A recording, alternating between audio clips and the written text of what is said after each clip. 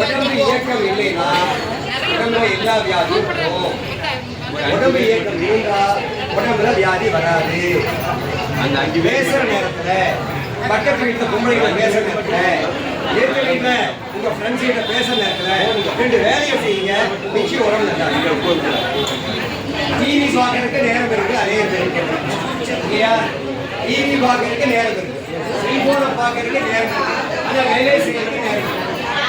டிவியை பார்க்கறதுக்கு நேரம், செல்போனை கஷ்டம் பார்க்க பேசிட்டு வண்டி ஓட்டுறதுக்கு நேரம் இருக்கு, ஆனா உடம்ப கவனிக்கிறதுக்கு நேரம் ஒன்ன புரிஞ்சுக்கீங்க. உடம்புல வியாதி வர வரைக்கும் தான் நீங்க மனுஷன். உடம்புக்குள்ள வியாதி வந்தா கதை படாது.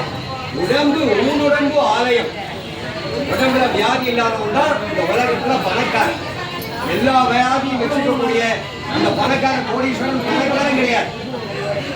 சில பேர் கோடி கோடியா வச்சிருக்கான், ஆனா ஒரு வாய் ஒரே ஒரு மைசூர் பாஸ் சாப்பிட முடியும். அவங்கிட்ட ஒரு 5000 கோடி இருக்கு, 50 லட்சம் கோடி இருக்கு, ஆனா ஒரு மைசூர் பாஸ் சாப்பிடுறது மட்டும் அவன் எங்க பணக்காரன்?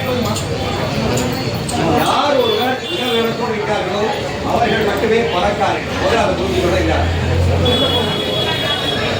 உங்களுக்கு வள்ளலார், நம்முடைய வள்ளலார் என்ன சொன்னார்? அவர் சொன்னதை படிச்சாவே போதும். அவர் சொன்னதை ஏதோ ஒரு 2 விஷயத்தை ஃபாலோ பண்ணினா போதும் இல்லையா? வாடிய பயிரை கண்ட போதெல்லாம் பாடினேன். யாராவது பாடுறமா? யாராவது இங்க வாடுறீங்களா? உங்க வீடு பக்கத்துல மரத்தை வெட்டினா உங்களுக்கு கண்டுக்க மாட்டேங்குது. ஆனா 2 செடிக்கு தண்ணி ஊற்றா ஊற்ற மாட்டேங்குது. எங்கேங்க நான் இப்படி சாப்பிட்டுக்கே நேரம். வாடிய பயிர், அதாவது நீங்க 6 அறிவு, அது ஓரறிவுக்கு செஞ்சீங்கன்னா ஆண்டவர் உங்களுக்கு செய்யும். எல்லாரும் கோயிலுக்கு போய் கும்பிடுறீங்க, சாமியை விழுந்து கும்பிடுறீங்க, அன்னதானம் எல்லாம் செய்யறீங்க, தேங்காய் எல்லாம் உடைக்கிறீங்க.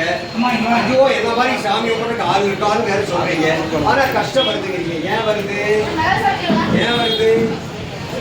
எல்லாம் செஞ்சாலும் ஏன் வருது? கஷ்டம் வருது இல்ல? ரொம்ப கஷ்டம்.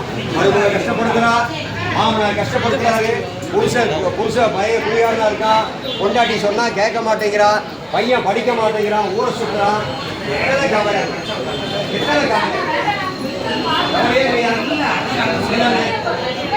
அநேக பேருக்கு கவலை இருக்கு. உங்க முகமே எந்த முகமா தெளிவா சந்தோஷமா இருக்கா பாக்குறேன்.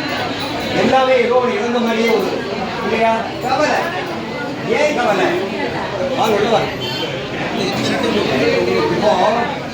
இப்போ ஒண்ணு இல்லை, இப்போ நான் கோயிலுக்கு வரேன். நீங்க ஒரு குருநாத சுவாமி கோயிலுக்கு வரேன். நான் காலையில் எத்தனை மணிக்கு கோயிலுக்குள்ள போனேன்? 7:45 போனேன். நான் எப்ப வெளியில வந்தேன்? 7:45 8 மணிக்கு கோயிலுக்கு போனேன். 1 மணி நேரம் கழிச்சு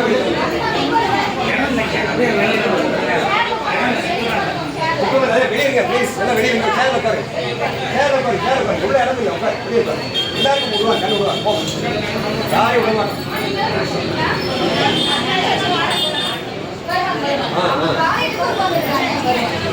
கோயிலுக்கே எல்லாரும் போறீங்க, சாமி கும்பிடுறீங்க, கஷ்டம் போகலை. ஏன் போகிறதுன்னா ஒரே காரணம் தான். நீங்க எல்லாம் போகலாம். எல்லாரும்